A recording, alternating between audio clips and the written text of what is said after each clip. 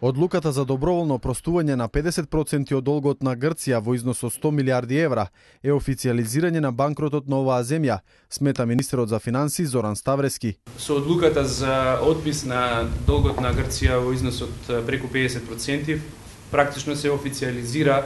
банкротот на Грција, односно неможноста на Грција да ги враќа своите долгови и тоа е сепак подобра варијанта отколку другата да се случи тоа без договор. Но во секој случај мислам дека